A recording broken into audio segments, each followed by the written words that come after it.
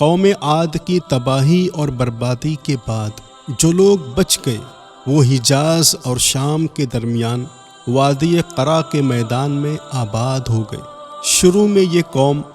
عاد ثانیہ کہلائی، لیکن بعد میں اپنے کسی بزرگ کے نام پر اس قوم نے اپنا نام سمود اختیار کیا۔ یہ قوم بھی پہلی بھٹکی ہوئی قوموں کی طرح بت پرست تھی، اور جب ان کے فسق و فجور حد سے بڑھ گئے تو اللہ تعالیٰ نے اپنی سنت کے مطابق قوم سمود میں ہی حضرت صالح علیہ السلام کو نبوت کا شرف دے کر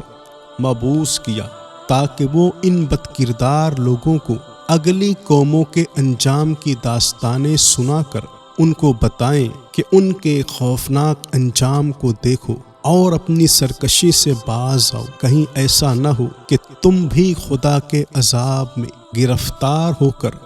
ان قوموں کی طرح دنیا سے ہمیشہ کے لیے نیست و نابود ہو جاؤ۔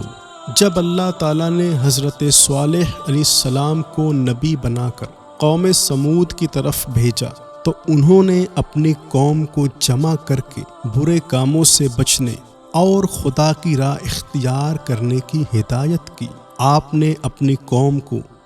بار بار سمجھایا، خدا کے عذاب سے ڈرایا اور ان پر خدا کے فضل و کرم جتائے، لیکن ان پر مطلق کوئی اثر نہ ہوا، بلکہ اس کے جواب میں انہوں نے کہا، اے صالح، ہماری قوت، شوکت، دولت کی فراوانی، کھیتوں کی سرسبزی، عالیشان مکانات، غرض یہ کہ دنیا جہان کے عیش و آرام جو ہمیں حاصل ہے تیرے ہی خدا کی طرف سے ہے، تو پھر وہ لوگ کیوں غریب اور نادار ہیں جو تیرے خدا کو ایک مانتے ہیں؟ اس کا تو مطلب یہ ہے کہ وہ راست پر نہیں، اور یہ ہماری ہی خداؤں کی تو کرم فرمائیاں ہیں۔ حضرت صالح علیہ السلام نے ان سے فرمایا کہ اس مال و دولت اور شان و شوکت پر ہرگز گھمنڈ اور غرور نہ کرو، ایسی چیزیں پل بھر میں فنا ہو جایا کرتی ہے۔ قوم سمود کو سب سے بڑا تعجب یہ تھا کہ ہم میں سے ہی ایک شخص کیسے نبی بن گیا اور اس پر خدا کا پیغام نازل ہونے لگا۔ اگر ایسا ہی ہونا تھا تو کیا ہم اس کے اہل نہ تھے؟ ہم ایسے رئیسوں اور بڑے آدمیوں کو چھوڑ کر اللہ نے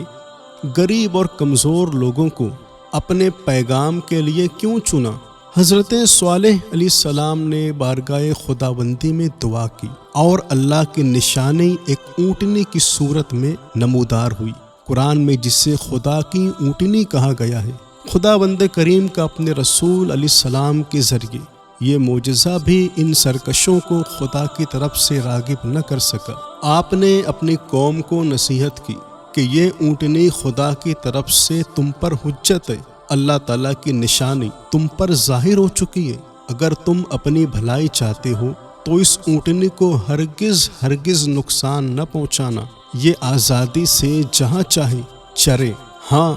ایک روز یہ اونٹنی چشمے پر سے پانی پیا کرے گی اور دوسرے دن تم اور تمہارے جانور، دیکھو اس میں فرق نہ آئے۔ کچھ دن تک اونٹنی کے حیرت انگیز واقعہ نے اس قوم کو حیران و پریشان رکھا، اور وقتی طور پر اونٹنی سے کوئی معترض نہ ہوا، لیکن آہستہ آہستہ جن برائیوں کے ماحول میں انہوں نے پرورش پائی تھی وہ ابھرنے لگا، اور انہوں نے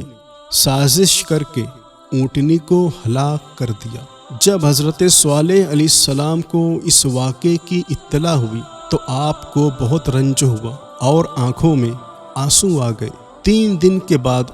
کڑک اور گرج کی ایک ہیبت ناک آواز پیدا ہوئی، جس نے ہر انسان کو